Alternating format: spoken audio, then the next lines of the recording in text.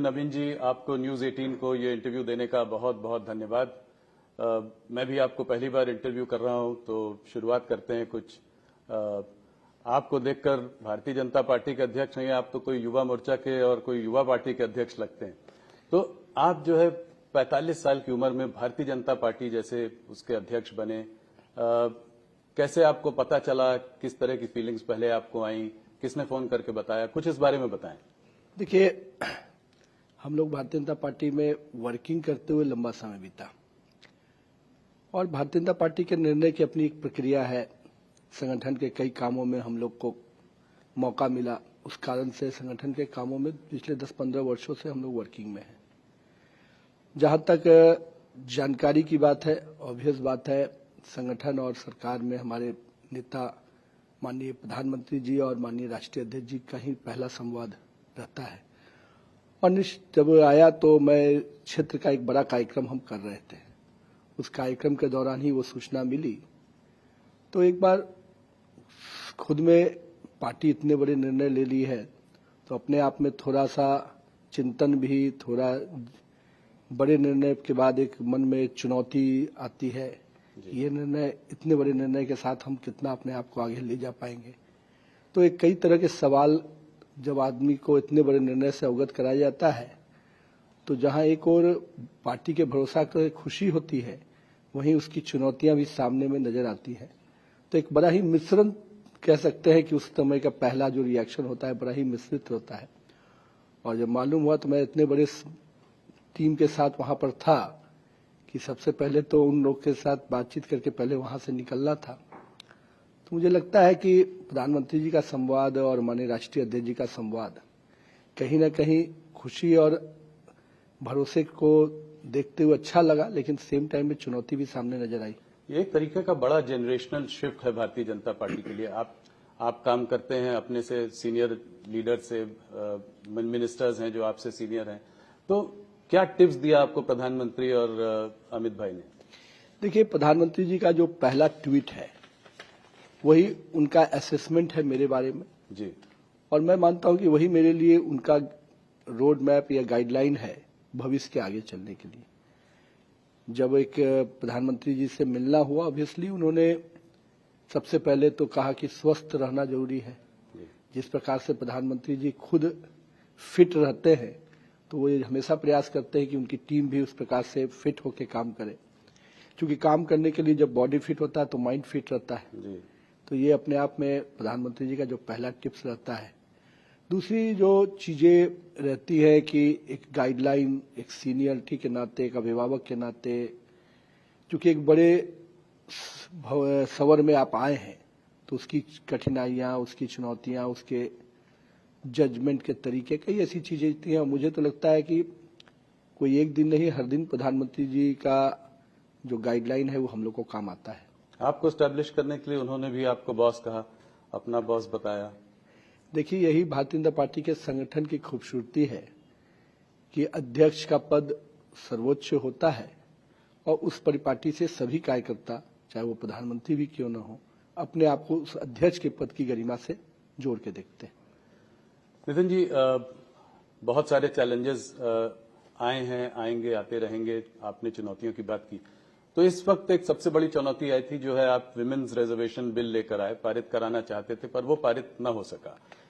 देखिए, पारित न हो पाने का कसक हम लोग के लिए इसलिए है कि हम लोग आधी आबादी को, देश की माता बहनों को, माननीय प्रधानमंत्री जी के कार्यकाल को देखिए तो उन्होंने सुरक्षा, सम्मान, स्वाभिमान और अब हिस्सेदारी की बात की। तो इस 3 बड़े स्फेयर के बाद एक बड़ा मौका था उनको हिस्सेदारी देने का। लेकिन हम को दुख इस बात का है कि हम इस देश की माता बहनों को उसकी हिस्सेदारी समय पर नहीं दिला पाए। वो तो तय है, भारतीय जनता पार्टी जब जब संकल्प किया है, और मोदी जी की यूएसपी भी रही है कि उन्होंने किसी चीज को संकल्प किया है तो उसको पूरा किया है।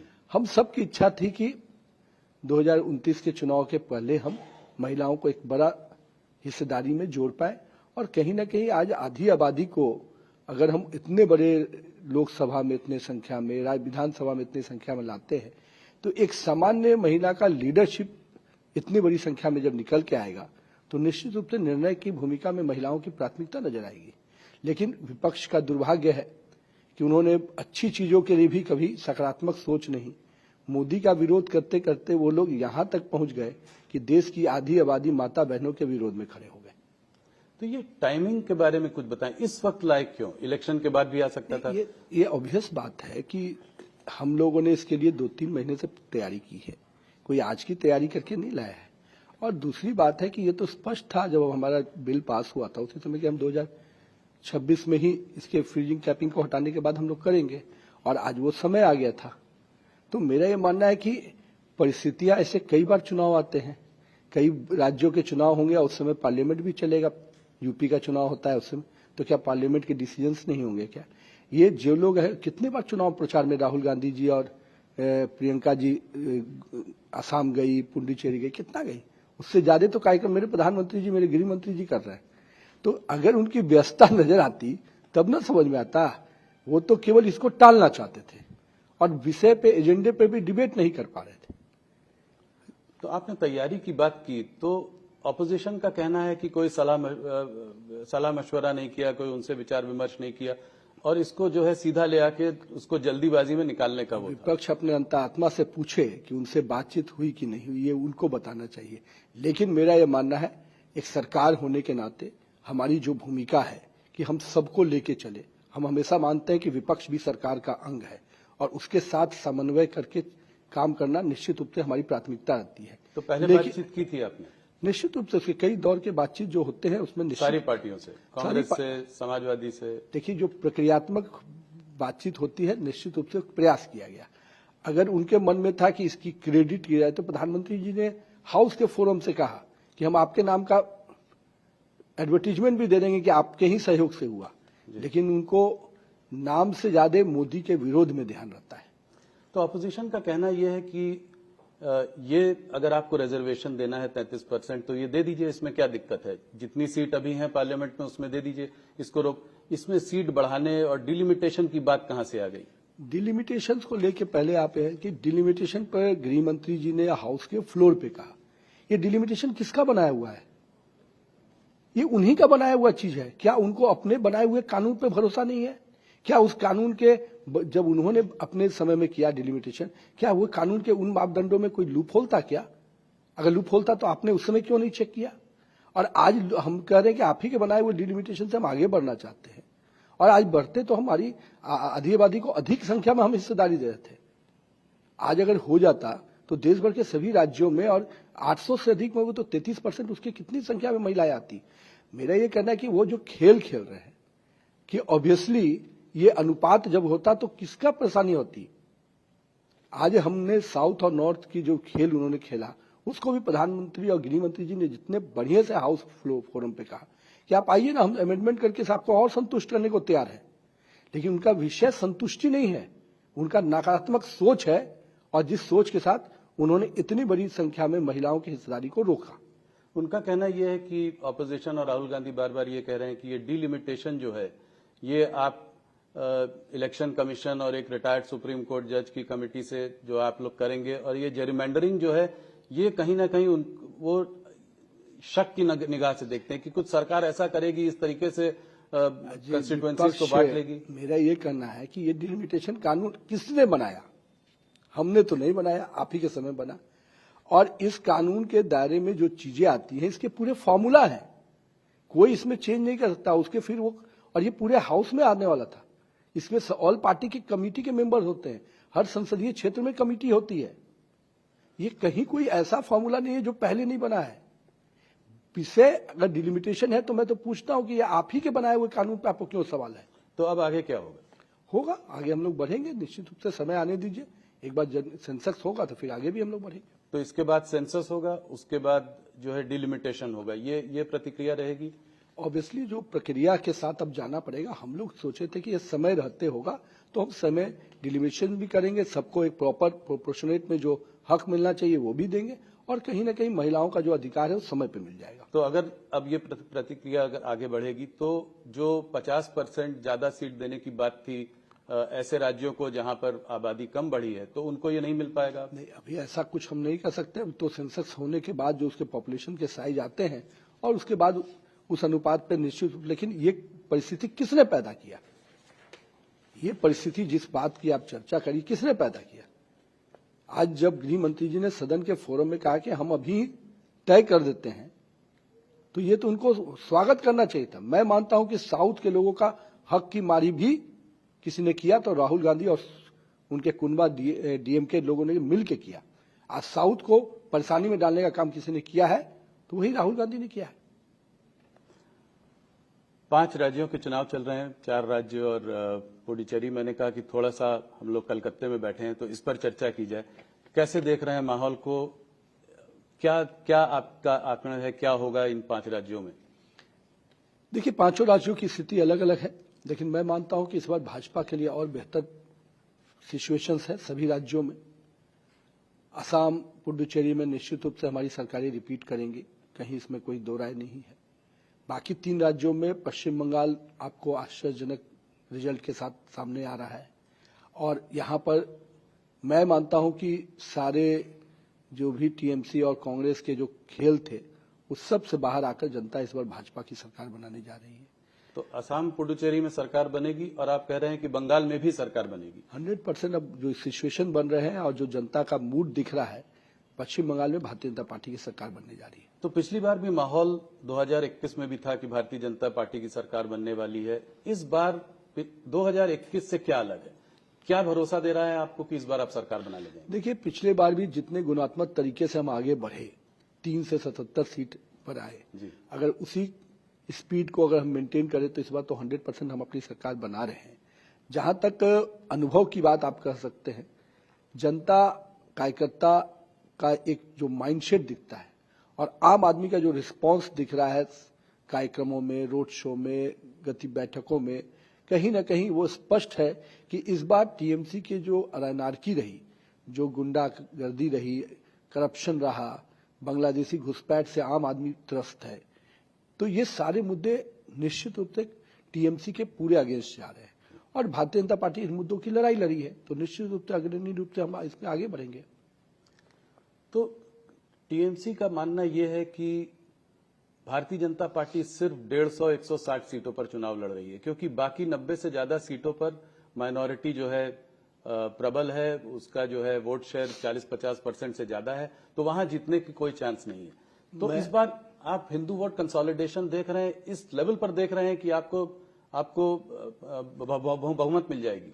देखिए, हम तो 294 सीट पे चुनाव लड़ रहे हैं जी, ठीक है। उनके आंकड़े किस प्रकार से वो कैलकुलेट करते हैं वो उनकी पार्टी की रणनीति होगी, लेकिन हम तो देख रहे हैं कि इस बार अगर हिंदू कॉन्सेंट्रेशन से ज्यादा पश्चिम बंगाल की जनता बांग्लादेशी घुसपैठ के विरोध में है, और उसमें चाहे हिंदू कॉन्सेंट्रेशन कहिए या आम नागरिक जो पश्चिम बंगाल का है, जो भी लंबे समय तक यहाँ रह रहा है, वो निश्चित रूप से बांग्लादेशी घुसपैठ के विरोध में है।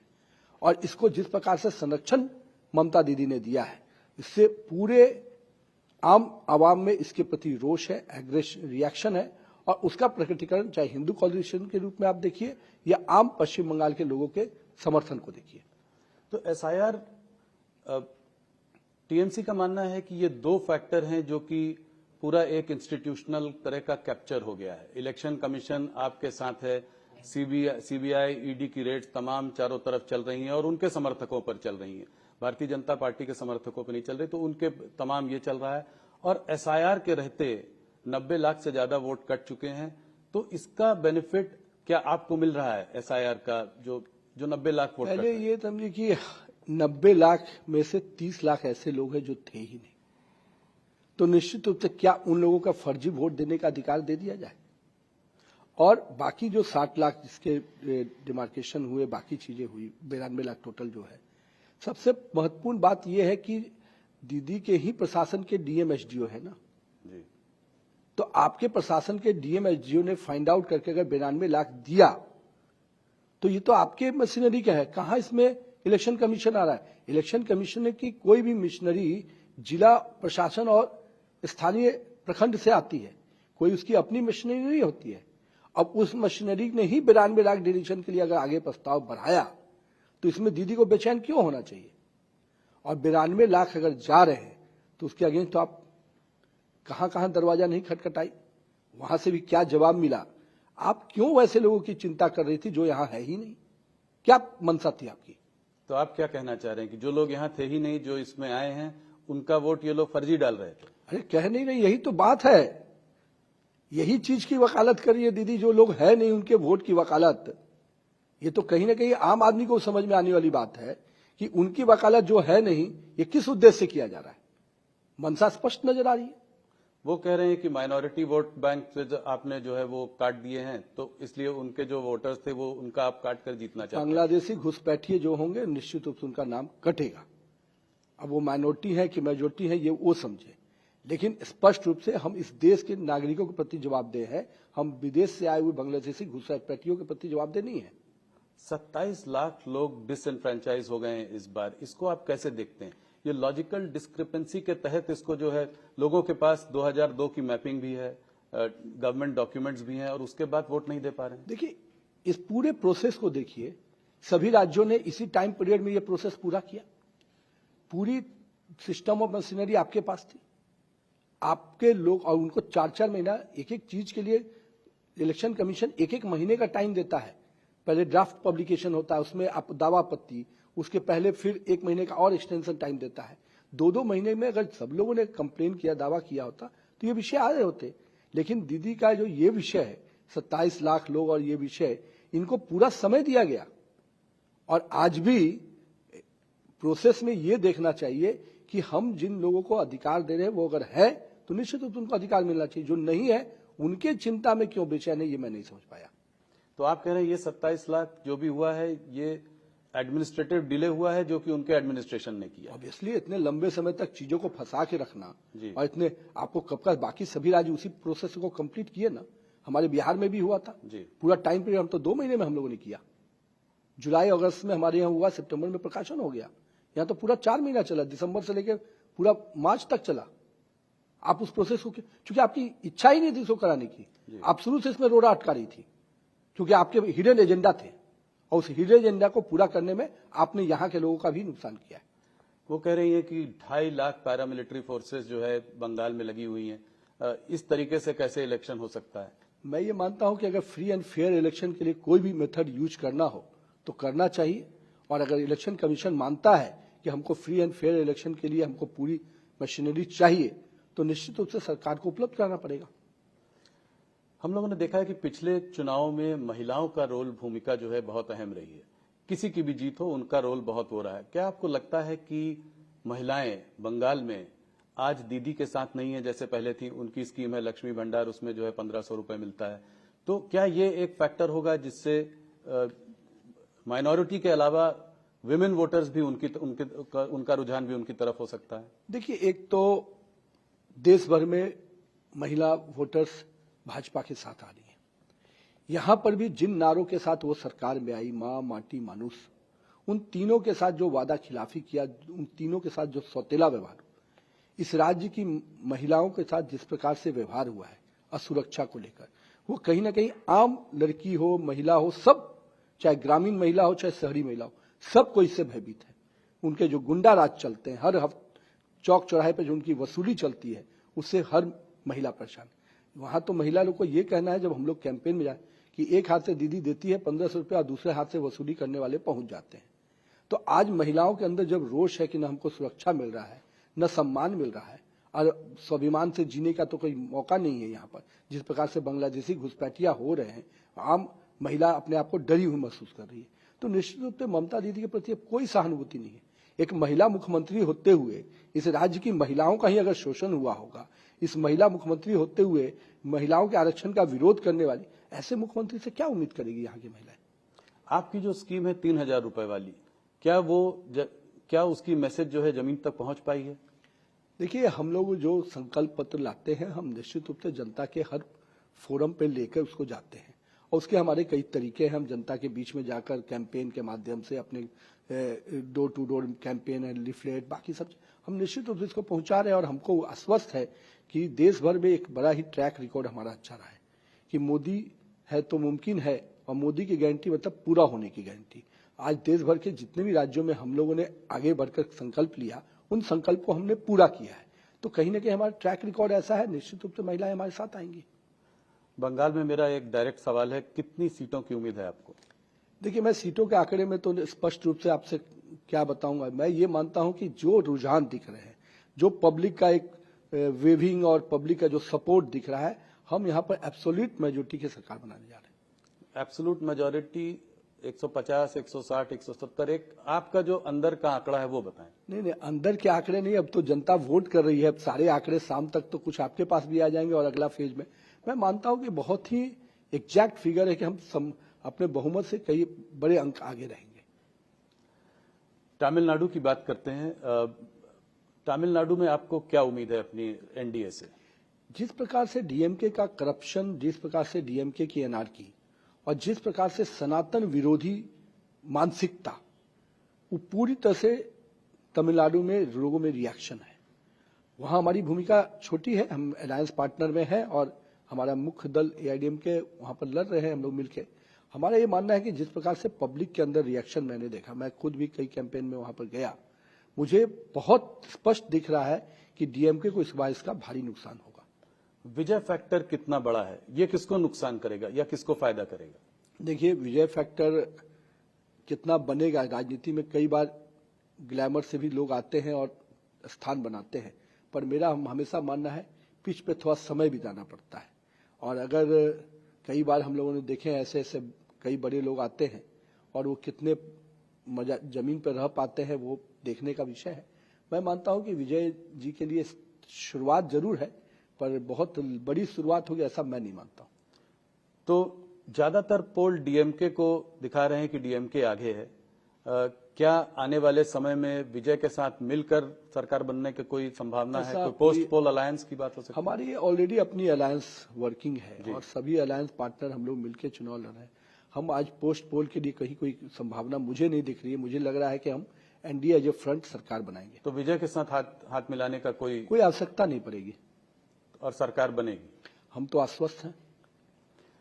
असम में कैसे देखते हैं? ऑपोजिशन का कहना है कि असम में अगर आपकी सरकार बनेगी तो डिलिमिटेशन के फायदे की वजह से बनेगी। आप इसको कैसे देखते हैं? मेरे जो कांग्रेस के साथी लोग हैं, ये डिलिमिटेशन तो आपने भी कई बार कराया, क्यों नहीं आप लगातार सरकार बनाते रह गए?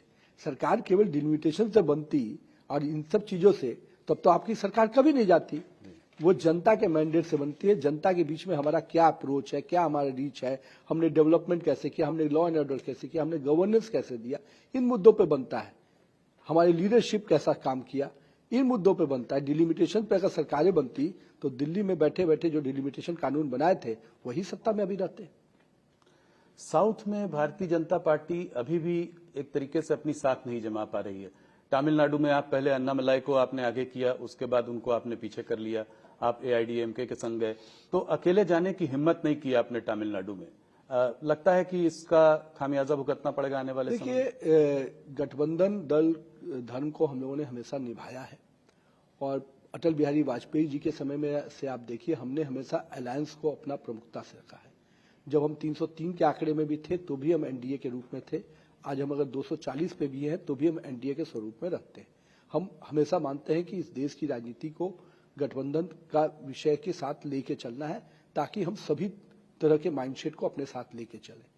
जहां तक तमिलनाडु की बात है, मैं इस पे स्पष्ट मानता हूं, परिस्थितियां राजनीति में कई बार अलग अलग होती हैं, अंकगणित के आधार पर अपने दावे प्रतिदावे होते हैं, लेकिन एआईडीएमके, बीजेपी और हमारे एनडीए अलायंस एक स्वाभाविक रूप से वहां पर पब्लिक के लिए अलायंस है और उस अलायंस के साथ हम लोग ने फिर विधानसभा चुनाव में आगे बढ़े।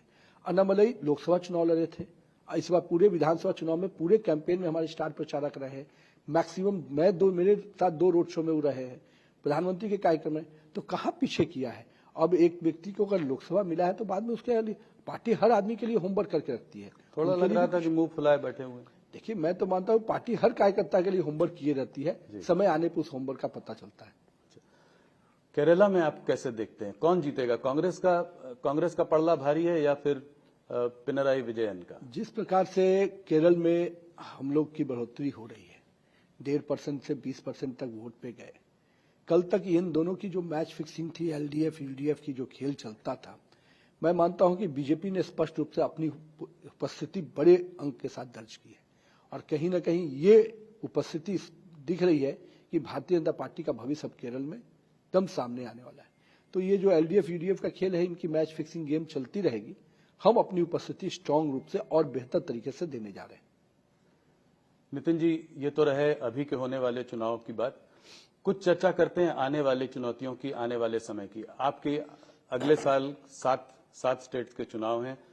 इनमें सबसे बड़ी चुनौती किन स्टेट्स को आप मानते हैं? उत्तर प्रदेश को कैसे देखते हैं? ये एक अहम चुनाव होगा अगले साल। देखिए, उत्तर प्रदेश में माननीय प्रधानमंत्री जी, माननीय योगी आदित्यनाथ जी, जिस प्रकार से उत्तर प्रदेश को एक उत्तम प्रदेश बनाने की प्रक्रिया में हम आगे बढ़े हैं, जिस उत्तर प्रदेश में अपराध के लिए जाना जाता था, वसूली के लिए जाना जाता था, और जिस केवल कास्ट के नाम पर लोगों को भ्रमित करने के लिए जाना जाता था, आज उत्तर प्रदेश विकास के नाम पर जाना जा रहा है, एक्सप्रेसवे के नाम पर जाना जा रहा है, लॉ एंड ऑर्डर के रूप में जाना जा रहा है।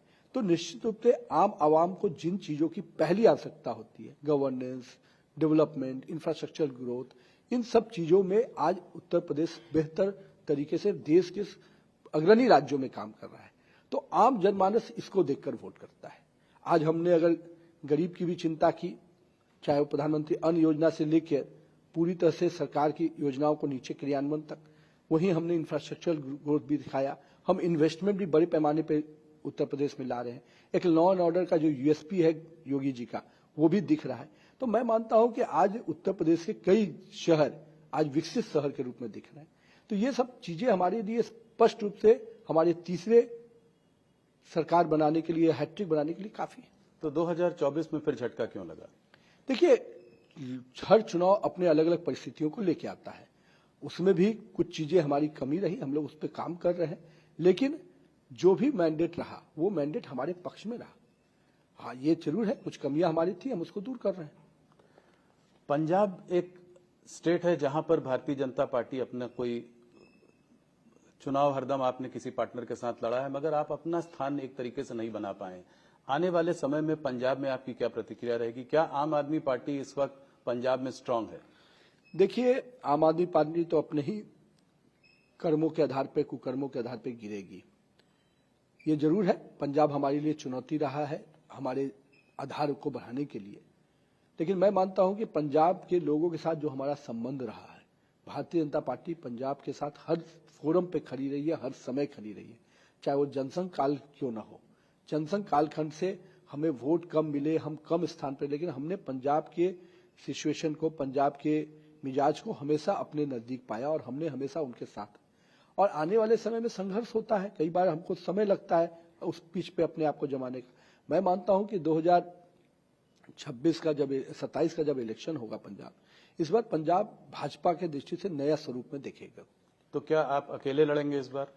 100% हम अकेले लड़ेंगे और एक नए स्वरूप में दिखेंगे। और अकाली दल के किसी के साथ कोई समझौता नहीं? देखिए, आज हम अपने स्वरूप में, अपने संगठन के बल पर अपनी जनाधार को बढ़ाते हुए चुनाव मैदान में जाएंगे।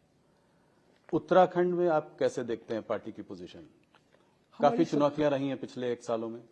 देखिए, हर राज्य सरकारों को वहां की परिस्थितियों को संभालने की कई चुनौतियां होती, लेकिन हम अपने ट्रैक रिकॉर्ड को देखते हैं, हम डेवलपमेंट को देखते हैं, हम वहां के जो इम्प्रूवमेंट होना चाहिए हर आदमी के, पब्लिक के लाइफ में, उन सब चीज के ग्रोथ को देखते हैं। और मैं मानता हूं कि आज उत्तराखंड पूरी तरह से डेवलपमेंट के फोरम के हिसाब से देखिए, पूरे हमारे जो यूएसपी रहती है गवर्नेंस का, उस फोरम से देखिए, तो हम बेहतर रूप से आगे बढ़े हैं। और पुष्कर सिंह धामी के नेतृत्व में निश्चित रूप से हम और बेहतर परिणाम लेके आएंगे। तो आने वाले समय में यूपी और उत्तराखंड में चेहरा योगी और धामी ही होंगे? देखिए, हमारे मुख्यमंत्री हैं, उनके नेतृत्व में हम सरकार चलाए, तो निश्चित रूप से चेहरे होंगे। बिहार के बारे में बात करते हैं। वहां पे भी एक तरीके से एक जनरेशनल शिफ्ट हुआ है। पहला भाजपा का मुख्यमंत्री, और वो भी काफी उम्र में कम। इसको कैसे देखते हैं? आप तो वहां से आते हैं, आप वहां मंत्री भी रहे हैं, कार्यकर्ता भी रहे हैं। देखिए, बिहार हमारे एनडीए और बीजेपी के समय से लंबे समय तक हमारा आधार क्षेत्र रहा। हम लोगों ने अलायंस पॉलिटिक्स के में निश्चित रूप से बिलीव किया। एक समय हम बड़ी पार्टी थे, तो भी हम लोगों ने नीतीश कुमार को अपना नेतृत्वकर्ता बनाकर आगे किया, और उस गठबंधन को हमने निभाया भी लंबे समय। और आज कहीं ना कहीं एक समय आया जब जदयू ने वो फैसला किया जो फैसला हमने कभी पहले किया था, और नीतीश कुमार के नेतृत्व में वो फैसला हुआ, भारतीय जनता पार्टी को मौका मिला। और मैं ये मानता हूं कि ये दोनों दलों की आपस की जो एक अंडरस्टैंडिंग है, जो अपने आप में इतिहास में लिखी जाएगी कि दोनों ही दलों ने जब जब मौका मिला गठबंधन धर्म को कैसे निभाया। आज मुख्यमंत्री नीतीश कुमार जी के नेतृत्व में हम लोग चुनाव लड़े, लेकिन मुख्यमंत्री जी ने निर्णय किया। एक समय था जब हम खुद बड़ी संख्या में थे, फिर भी हमने निर्णय नीतीश कुमार के लिए किया। तो ये दोनों ही चीजें मुझे लगता है कि अलायंस पॉलिटिक्स के लिए उदाहरण बनेंगी। और आज सम्राट चौधरी के रूप में एक लीडरशिप भारतीय जनता पार्टी और एनडीए ने मिलकर तय किया है, और मेरा ये मानना है कि ये एनडीए के जो संकल्प रहे हैं 2025 के, उन संकल्पों को पूरा करेगी। बिहार में जदयू जो है, अब इसका अस्तित्व ऑपोजिशन कहती है कि खतरे में है, कि आने वाले समय में भारतीय जनता पार्टी का मुख्यमंत्री, भारतीय जनता पार्टी ज्यादा बड़ी पार्टी है और आने वाले समय में उनके पास कोई लीडर भी नहीं है। इस क्रिटिसिज्म को आप कैसे? मैं देखता हूं जो खुद ही अस्तित्व विहीन हो जी, जिनका खुद का जनाधार नहीं बचा हो, वो जदयू जैसी बड़ी पार्टी पर सवाल उठाए या उनके अस्तित्व की बात। आज आप कहां पे हो? अरे पहले थोड़ा अपने गिरेबान में झांक लेते। इतने बड़े बड़े वादे, इतने बड़े बड़े कैंपेन, इतने बड़े बड़े लोगों को उतार कर मैदान में क्या मिला? जनता के बीच में जब तक आप ही नहीं हो, जनता आप ही के साथ कुछ खड़ी नहीं हो पा रही, आप हम पर उठा रहे हो जिसके 84 एमएलए हैं, 80 एमएलए। तो मेरा ये कहना है कि अपने अस्तित्व पर पहले झांकना चाहिए, और जदयू पूरी तरह से एज ए पार्टी स्ट्रांगली खड़ी है, और बीजेपी और जदयू एनडीए अलायंस के रूप में हम लोग बेहतर काम करके आगे बढ़ रहे हैं। हम जनता के प्रति कमिटेड होकर काम कर रहे हैं। कांग्रेस पार्टी को आप कैसे देखते हैं और उनके नेता राहुल गांधी के बारे में आप क्या कहना चाहेंगे? जिस तरीके से आप लोगों का रिश्ता है उसमें इतनी कटुता है, क्या ये रिश्ता कुछ बेहतर हो सकता है? एक कंस्ट्रक्टिव ऑपोजिशन को साथ में लेकर चलना भी तो एक बड़ी बात है। मैंने आपको शुरू में ही कहा कि मैं तो मानता हूं कि सत्ता सरकार का अंग होता है विपक्ष, पर इमैच्योर पॉलिटिशियन जैसे राहुल गांधी, जिनको पॉलिटिक्स के लिए केवल एनार्किस्ट माइंडसेट हो, उस माइंडसेट के व्यक्ति को जिसको ये नहीं समझ में आए कि चीजों की गंभीरता क्या होती है, उनकी एक्टिविटी हाउस के अंदर, हाउस के बाहर आप देखिए, उनके शब्दों को हाउस के अंदर, हाउस के बाहर देखिए। अरे एक राष्ट्रीय पार्टी, उसका लीडर ऑफ ऑपोजिशन क्या इस तरह के शब्दों का प्रयोग, इस तरह की चीजों का प्रयोग करता है? Leader of opposition Atal Bihari Vajpayee जैसा शख्सियत हुए, कई ऐसे बड़े बड़े कांग्रेस के बड़े बड़े नेता लीडर ऑफ ऑपोजिशन थे। उनके बिहेवियर को देखिए, उनके एक्टिविटी को देखिए। लीडर ऑफ ऑपोजिशन को मैं मानता हूं कि सरकार का एक पार्ट है, लेकिन उसकी एक्टिविटी, उसका वर्किंग, इस प्रकार का लैंग्वेज, उस प्रकार के बिहेवियर पब्लिक डोमेन पे किस तरह के शब्दों का, मैं तो मानता हूं कि इमैच्योर पॉलिटिशियन है, और कहीं ना कहीं पॉलिटिकल ग्रोथ ठीक से नहीं हुआ है। पर उनके पार्टी के वरिष्ठ नेता भी इस तरह के शब्दों का इस्तेमाल करते हैं। अभी खड़गे जी ने मोदी जी के बारे में बोला। अब तो मैं कहूंगा कि राहुल जी का जो कुनबा है, जो दबाव बनाता है, जो उनकी पीआर एजेंसी उनको समझाती है, वही शब्दों का प्रयोग बेचारे मल्लिकार्जुन जी भी करते रहते हैं। मैं तो मानता हूं कि कहीं ना कहीं ये कांग्रेस की जो ओछी मानसिकता है, जो पिछले लंबे समय से आप देख रहे हैं कि नरेंद्र मोदी जी को अपमानित करने के शब्दों का प्रयोग करने की जो परंपरा बनाए, उस परंपरा के वाहक बनकर मल्लिकार्जुन जी नजर आ रहे हैं। और मैं मानता हूं इसके बावजूद कि उनको इतनी बार सजा मिली है, फिर भी उस सजा से सीखने का काम नहीं करते हैं। देश की जनता ने हमेशा उनको सिखाया कि मोदी को अपमान करोगे तो हम मोदी के सम्मान में और जीत का माला पहनाएंगे, फिर भी अभी तक उनको अपनी गलतियों से भी सीखने का मौका नहीं मिल रहा है। आपसे बात करके नितिन जी बहुत अच्छा लगा, और ये देखकर समझ में आ रहा है आपसे जिस तरह से बात हुई अभी कि आप you have hit the ground running, जिसको बोलते हैं कि आप तुरंत आते ही क्रीज में जो है आपने सेटल होने में ज्यादा टाइम नहीं लगाया और चौके छक्के लगाने शुरू। मैं ये मानता हूं कि राजनीति के पिच पे पूरा समय बिताना चाहिए जी, और चौके छक्के की नहीं, अगर पिच पे आपको जमना है तो समय बिताना चाहिए। जी बहुत बहुत धन्यवाद आपका, आप हमसे जुड़े आज। Thank you.